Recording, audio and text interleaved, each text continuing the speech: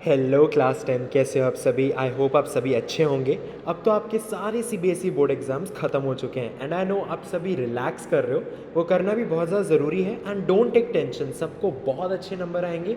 And अगर आपको नहीं पता, सीबीएसई कॉपी चेकिंग स्टार्ट हो चुकी है। क्या क्या कैसे कैसे प्रोसीजर है उसकी भी वीडियो मेरे चैनल पे अवेलेबल है, अगर अभी तक नहीं देखी जाके देखिए। तो बच्चों, एक गुड न्यूज़ है बोनस मार्क्स से रिलेटेड। आई नो आप सभी ने जब जब जैसे जैसे सीबीएसई बोर्ड एग्जाम्स दिए, फिर हर सब्जेक्ट की अगर मैं बात करूँ, चाहे वो इंग्लिश हो, मैथ्स हो, एसएसटी हो, साइंस हो, कोई भी सब्जेक्ट हो, डेफिनेटली उसके अंदर काफ़ी ऐसे क्वेश्चंस थे जिनके अंदर एम्बिग्विटी थी। एम्बिग्विटी का मतलब क्या होता है? कन्फ्यूजन। काफ़ी क्वेश्चंस ऐसे थे जो कि गलत टाइप्स भी थे, जो कि आउट ऑफ सिलेबस भी थे एंड कन्फ्यूजन्स बहुत ज़्यादा थी। मतलब कि आपको ना एक क्वेश्चन में, स्पेशली अगर मैं एमसीक्यूज़ की बात करूँ, एक ही क्वेश्चन में आपको लगेगा ये भी सही आंसर है, ये भी सही आंसर है। सो बेसिकली मल्टीपल सही लग रहे थे आपको आंसर्स। तो किस तरीके से एनसीईआरटी की मार्क, मतलब जो पेपर्स हुए हैं उनकी मार्किंग स्कीम बनाई जाएगी, क्या आपको बोनस मार्क्स मिलेंगे या नहीं, वो सब डिस्कस करने वाला हूँ मैं इसी वीडियो में। तो ये वीडियो आप सभी के लिए बहुत ज़्यादा इंपॉर्टेंट होने वाली है, बिकॉज अगर ये वीडियो आप बच्चों ने मिस कर दी तो आपको नहीं समझ में आएगा। एंड साथ ही साथ मुझे आपके ओपिनियन भी चाहिए, बिकॉज आपके ही कमेंट्स लेकर मैं ये वीडियो बना रहा हूँ। क्योंकि जिस जिन टॉपिक पे डिस्कशन ज़्यादा हो रहा था, उस पे हम आज सारे डाउट्स आपके क्लियर कर देंगे एंड विद प्रूफ मैं आपको दिखाने वाला हूँ कि इसका आंसर ये क्यों है, क्यों नहीं है, कैसे है, क्या इसमें बोनस मार्क्स मिलने बनते हैं, क्या इसमें मॉडरेशन होगा, इस पर नंबर मिलेंगे। तो बहुत इंपॉर्टेंट होने वाली है वीडियो और सारे सब्जेक्ट्स मैं कवर करने वाला हूँ। इसकी पूरी सीरीज चलेगी starting from English.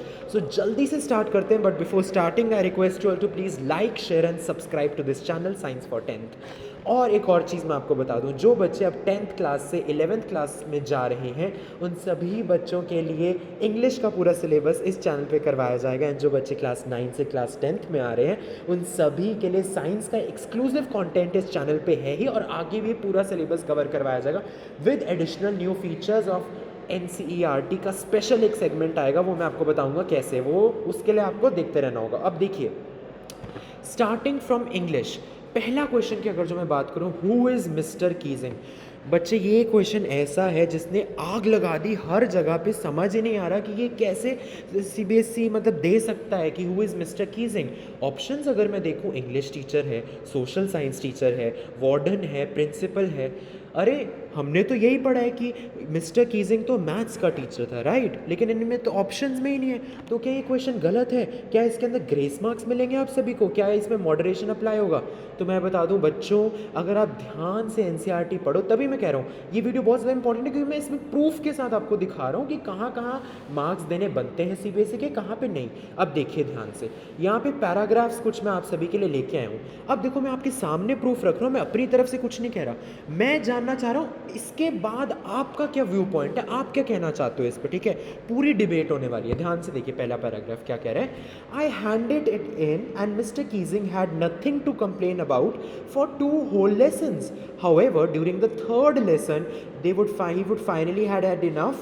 And Frank, as punishment for talking in class, write an essay. अब भाई मुझे पहला एक लॉजिकल पॉइंट बताओ, एसेज किस सब्जेक्ट में होते हैं? इंग्लिश सब्जेक्ट में होता है, राइट? ऐसे लिखना। और इस लाइन से क्लियरली पता लग रहा है कि मिस्टर कीजिंग एसे की वाली क्लास ले रहा था, एसे वाली क्लास में इंग्लिश की क्लास ले रहा था। आगे भी पढ़ो, कोई बात नहीं। Quack quack quack said Mistress Chatterbox. It was time to come up with something else, something original. My friend San, who's good at poetry, offered to help me write the essay from beginning to end in verse, and I jumped for joy. Mr. Keesing was trying to play a joke on me with this ridiculous subject. This ridiculous subjects, भाई ऐसा subjects जिसके अंदर आपको poems लिखी जा रही हैं, आपको एसेस पढ़वाए जा रहे हैं। This is English subject. इसका मतलब क्लियरली एनसीईआरटी से हिंट दिया जा रहा है हमें कि मिस्टर कीजिंग मैथ्स टीचर होने के साथ साथ एक इंग्लिश टीचर भी था, वो इंग्लिश भी पढ़ाता था। बच्चे, साफ साफ मैं आपके सामने प्रूफ लेके आया हूँ, देखिए। But I would make sure the joke was on him because they quack so much. ये वो आगे बीच बीच में मैं आपके लिए एक्सट्रैक्ट्स लेके आया हूँ, ठीक है? Luckily mister Keesing took the joke the right way. He read the poem to the class, adding his own comments and to several other classes as well.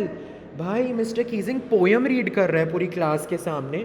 This is nothing but English, he is teaching English. तो वो English teacher भी था। Clearly पता लग रहा है, तो obviously अब बोर्ड इतना पागल तो नहीं कि तुम्हें सीधा सीधा दे देगा, वो थोड़ा घुमा के तो देगा ही। सो डेफिनेटली इसका आंसर बच्चे इंग्लिश टीचर ही आना था।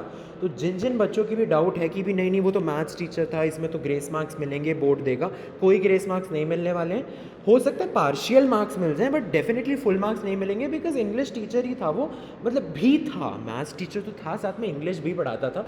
वो क्लियरली एनसीईआरटी के इन पैराग्राफ से पता लग रहा है, ठीक है। So I hope so I have cleared this doubt of yours. अगर अभी भी कोई डाउट है तो भाई कमेंट सेक्शन आपके पास है, आप लिखो, फिर डिस्कस करते हैं। मैंने तो प्रूफ सामने रखा है आपके, ठीक है।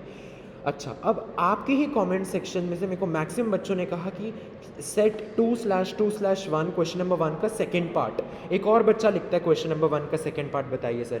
फिर कोई लिखता है can someone tell in the first passage the third question is it confirmation और कॉशन। कोई कहता है आई गेस कन्फर्मेशन, कोई कहता है it's caution because a question is being asked there. कोई नहीं, देखते हैं पहले ये तो देखिए कि क्वेश्चन कौन सा है। Select the option that displays what the writer projects with the reference to the following. Is organic food safer and more nutritious? This is an important part of the debate. आपको 4 option दिए हैं, denial, confirmation, caution, acceptance.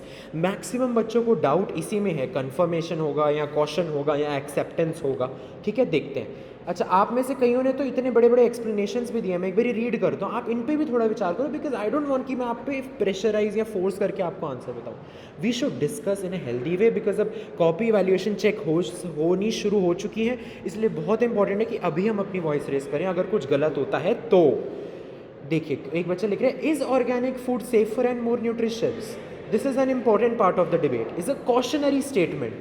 It suggests that there is an ongoing debate about the safety and nutritional value of organic food, and that further research is needed to determine whether organic food is actually safer and more nutrition than conventionally grown food. Hence, the statement is urging caution before making any definitive conclusions about the safety of organic food. मैं सबसे पहले बता दूं, इस बच्चे को question का मतलब क्लियर ही नहीं, वो मैं अभी आगे चल के आपको क्लियर करता हूँ। पहले दूसरे का भी पढ़ लें हम क्या कह रहे हैं वो। I couldn't help but agree with you. Basically वो ऊपर ये जो कमेंट मैंने पढ़ा इसके साथ वो अग्री कर रहा है बच्चा। I thought it would be confirmation but your analysis seems to make a lot of sense. My analysis was that the author initially asks a question and then confirms. This is an important part of the debate, which is done by no. I believe CBSE should stop asking such ambiguous questions in exams. अब ज़रा मैं एक एक word का आपको पहले meaning बताता हूँ. कन्फर्मेशन क्या होता है बच्चों? कन्फर्मेशन होता है an act or process of confirming, such as the process of supporting a statement by evidence. Process of confirming, process of supporting कि क्या ये सच है भी या नहीं.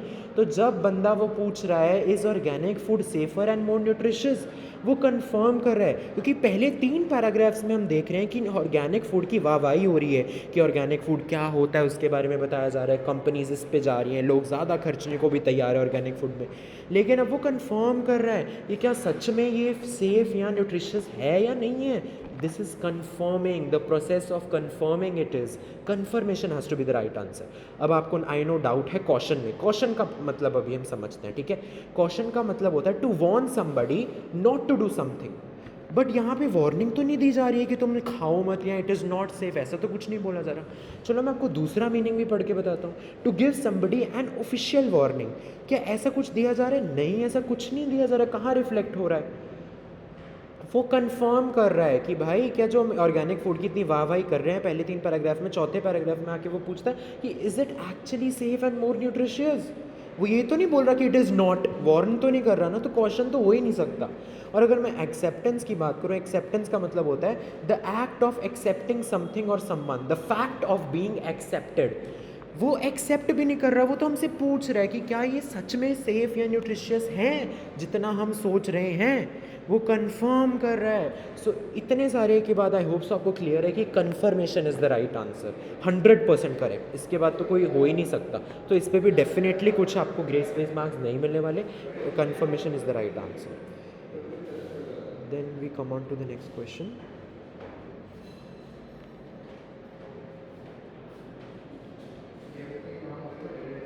देखिए यहाँ ध्यान से. या next sir, in the last question they have clearly mentioned that organic foods have specific labels on them. which guarantees them to be organic. Wouldn't this be the answer since certifies means guarantee? एक और जाना लिख रहा है sir in the last question I think the point must considered is special labs in paragraph 2 isn't it. तो labs नहीं या labels कहना चाह रहा होगा वो डेफिनेटली. तो क्वेश्चन एक बार देखते हैं. List one factor that certifies food to be organic. ठीक है, तो बच्चे डेफिनेटली सर्टिफाइज का मतलब क्या होता है? गारंटी करना. गारंटी सर्टिफाई का ये भी मतलब होता है कि ये तो डेफिनेटली है ही है चीज़ बेसिकली. ठीक है, सो क्लियरली पैराग्राफ के अंदर लिखा गया है to give somebody a basically मैं आपको सर्टिफाइज का मतलब बता रहा हूँ. To give somebody a certificate to show that he और she has successfully completed a course of training for a particular session profession. ये तो जनरल हो गया, लेकिन इस कॉन्टेक्स्ट में आपका आंसर यही आएगा. In many countries, foods that claim to be organic must have special labels that guarantee they are grown organically. तो जो चीज़ सर्टिफिकेशन देती है कि ये पर्टिकुलर फूड आइटम ऑर्गेनिक है, that is definitely special labels. तो इसमें तो कोई डाउट होना ही नहीं चाहिए, स्पेशल लेबल्स वाला ही पॉइंट आएगा और कोई आंसर नहीं है. चलिए अब आगे बढ़ते हैं आप ही कमेंट्स को लेकर. Sir in unseen passage 2 analogy I wrote could be leading edge it said word और फ्रेज. ओके, सो बच्चे फ्रेज वर्ड अब सिमिलर ही होते हैं. ठीक है, मार्क्स मिलेंगे. Now for question number 3 is could be also correct since could be also can also denote possibility. Please reply. I think reading me possibility का could भी होगा, not potential. Potential is different thing. अब मैं आपको बता दें कि phrase हो सकता है. फ्रेज का मतलब क्या?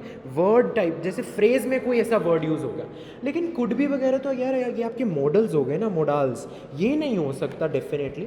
आई know could be denotes possibility. ठीक है, but could be as in together. See मैं अगेन इसको डिनाई नहीं कर रहा. They can consider this, they can partial marks मिल सकते हैं. लेकिन मैं आपको ये यहाँ पे फैक्ट अंडरलाइन करना चाहता हूँ कि पोटेंशियल सीधा सीधा करेक्ट आंसर कैसे है. ध्यान से देखिए बच्चों, क्वेश्चन ये था complete the following analogy correctly with a word और a phrase from paragraph 2. Possibility is to what? Suspecting का मतलब जैसे डाउट है, तो पॉसिबिलिटी का सिनोनिम आपको लिखना था बेसिकली. अब मैं आपको बताता हूँ पोटेंशियल का मतलब क्या होता है. पोटेंशियल का मतलब होता है बच्चों एक्सप्रेसिंग पॉसिबिलिटी. चाहे आप कहीं पे भी गूगल कर लीजिए, जो भी आपने करना करिए, डिक्शनरी चेक कीजिए. It means expressing possibility. Another meaning of potential can be something that can develop और बिकम एक्चुअल. ठीक है, तो इसका मतलब क्या है? पॉसिबिलिटी का सबसे क्लोजेस्ट वाला ये वर्ड पोटेंशियल ही है. लेकिन जैसे फ्रेज भी कहा गया है क्वेश्चन के अंदर, हो सकता है आपको पार्शियल मार्क्स मिल जाए when you right could be, because definitely it's correct. Could be definitely denotes possibility, ये तो है. बट पोटेंशियल तो 100% करेक्ट आंसर है ही, लेकिन कुड बी पे हो सकता है पार्शियल मार्क्स मिल जाए. आपकी क्या राय है? आप मुझे कमेंट सेक्शन के अंदर लिख के बताइए. ठीक है, चलिए आगे बढ़ते हैं. क्वेश्चन में कई बच्चे पूछ रहे थे can someone tell in the second passage 7th question the word for repercussion is. Okay, अब ये भी काफ़ी ज़्यादा चर्चा में रहा है क्वेश्चन, मेरे को एक बार डिस्कस करने दो. क्वेश्चन कह रहे हैं substitute the word repercussion with one word similar in meaning in the following sentence for paragraph from paragraph 3. The haze has cut down sunlight over India. As a repercussion, the northwest of India is drying up. यार as a repercussion देखिए आप बहुत सारे इसमें words डाल सकते हो, तो मैंने आपको पॉसिबिलिटीज़ दे दी हैं. You can also write as a result. ठीक है, या कि आप ये भी लिख सकते हो एज अ कॉन्सिक्वेंस, या आप लिख सकते हो एज एन आउटकम, या आप लिख सकते हो एज एन इफेक्ट. ठीक है, कई बच्चे लिख रहे थे कि सर हम इम्पैक्ट लिख सकते हैं. देखो इम्पैक्ट का जनरली मतलब क्या है? इंटरनली इफेक्ट आता है उस पर. जैसे मतलब it has a greater impact on one person और वन थिंग. ओके, इम्पैक्ट का जनरली मतलब वो होता है. But as an impact is generally on that particular thing, not on several external factors. ठीक है, so most appropriate word I think is result और consequence. ठीक है, आपका क्या कहना मुझे comment section में लिख के बताओ, because it's very important to discuss कि इस पे आपको moderation apply होके आपको marks मिलेंगे या नहीं अगर आपने impact या ऐसे वर्ड्स यूज़ किए हैं. आई थिंक इम्पैक्ट पे आपको पार्शियल मार्क्स दे देने चाहिए डेफिनेटली. चलिए आगे बढ़ते हैं. सर क्या ग्रामर में स्टेप मार्किंग होगी ऑब्जेक्टिव वाले में? आप मुझे बताइए ऑब्जेक्टिव में क्या ही स्टेप्स आप लिखोगे? तो नहीं होती है to be honest. And next sir section B के 3rd का 10th के ए ऑप्शन आएगा.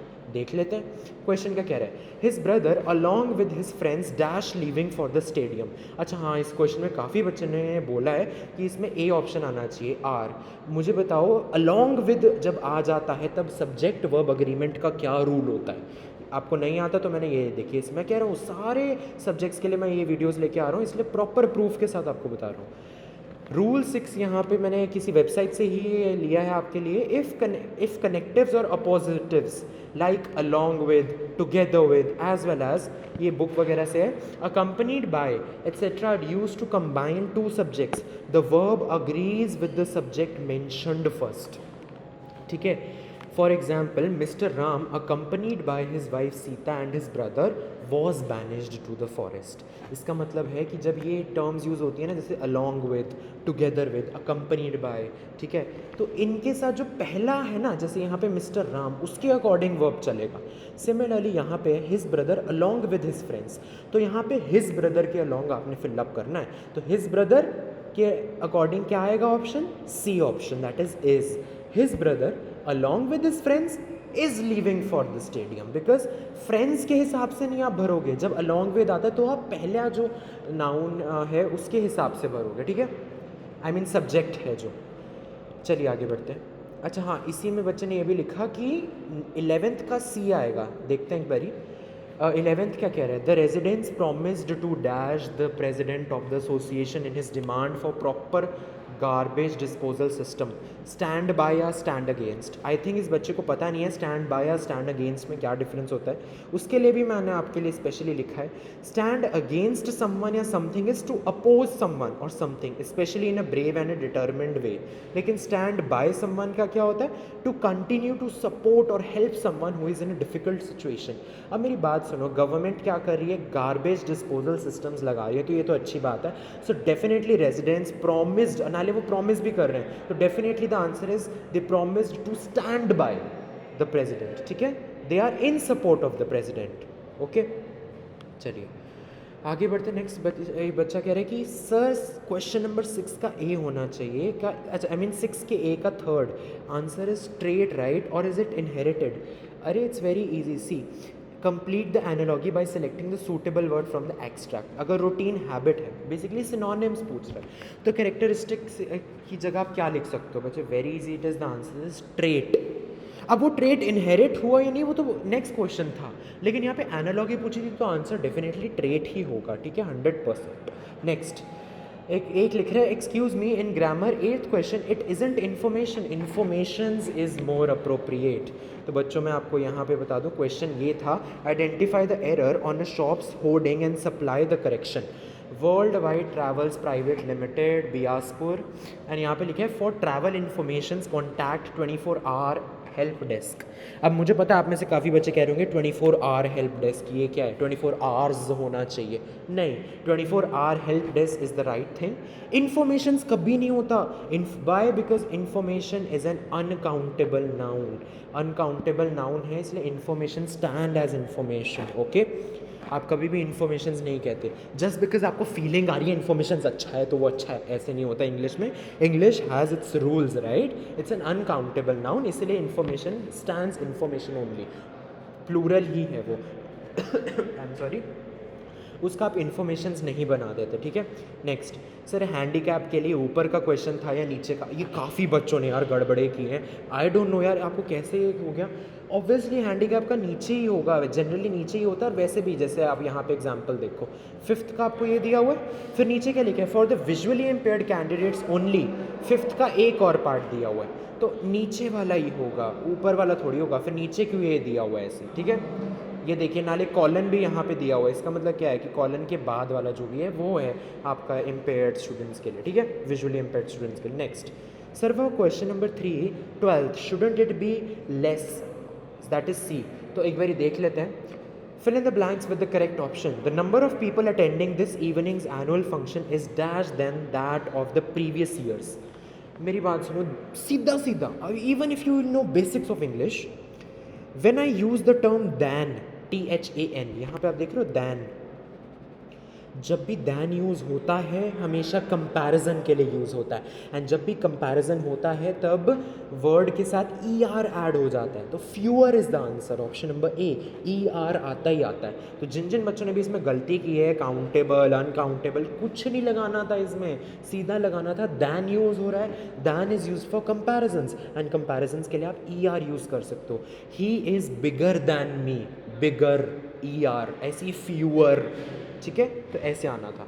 Next, sir in Griffin extract in first question I had written that Griffin was lawless person, it's correct और नॉट, प्लीज रिप्लाई। अब ध्यान से देखो, Griffin's landlord try to eject him because, option है आपकी, ही was a lawless person, he had set his house on fire, he didn't like him, he was a drug addict. अब ध्यान से देखो, यहाँ पे आपको डेफिनेटली, मुझे पता है 2 क्वेश्चंस में आपको काफ़ी सिमिलैरिटी लग रही है ना, ही was a lawless person and he didn't like him. तो अब हमें इन दोनों में से बेस्ट चूज करना है। तो अगर आपने एनसीईआरटी ध्यान से पढ़ी होगी, क्या लिखा है यहाँ पे, brilliant scientist though he was, Griffin was rather a lawless person, his landlord disliked him. Why did he dislike him? Because he was a lawless person and he tried to eject him that ways, ठीक है। In revenge Griffin set fire to the house, so the answer is, क्योंकि वो lawless person था इसीलिए उसे eject करना चाह रहा था लैंडलॉर्ड। अब मुझे पता है कईयों के मन में ये भी आएगा, he didn't like him reason नहीं हो सकता, उसके पीछे भी तो कोई रीज़न होगा। आपको मोस्ट सूटेबल चूज करना, तो definitely the answer is lawless person था, लॉलेस पर्सन था इसीलिए उसे अच्छा नहीं लगता था और वो उसे निकालना चाहता था, सिंपल एज दैट। फिर भी अगर आपको नहीं सेटिस्फाइड हो, आपको कुछ ना कुछ आर्ग्यू करना है, तो आप कॉमेंट में लिखिए, हम देखेंगे। I shouldn't use the term argue. If you want to do discuss is, your comment section is open for all of you all. आप वहाँ पे लिखें क्या आपकी सोचा, हम पक्का डिस्कस करेंगे उसको, ओके। नेक्स्ट, सर 7th का इम्पैक्ट हो सकता है, मैंने आपको बताया इम्पैक्ट का ज़्यादातर मतलब होता है परिणाम, जैसे प्रभाव, एन इफेक्ट और इम्प्रेशन, वही वाला। एज एन इम्पैक्ट नहीं कहते हम, we say as a result, as a consequence, ठीक है, वो मैंने आपको पूरा एक्सप्लेन कर दिया है प्रॉपरली। अब नेक्स्ट वीडियो बन रही है